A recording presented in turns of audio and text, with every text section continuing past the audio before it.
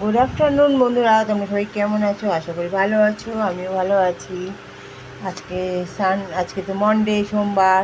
চলো আজকে কি কি রান্না করলাম তোমাদের সাথে শেয়ার করি। রান্না বলতে বিশেষ কিছুই করিনি আজকে, শরীরটা ভালো নেই, মনটাও ভালো নেই আজকে।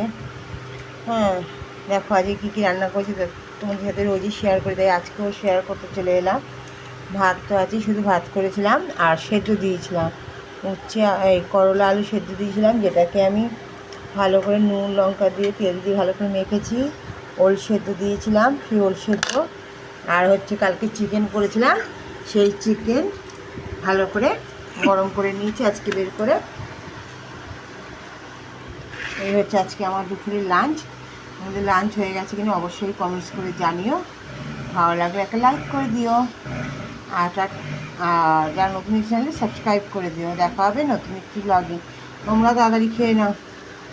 ঝাল ঝাল চিকেন করেছিলাম, সেটা ভালো করে গরম করেছি। টাটা।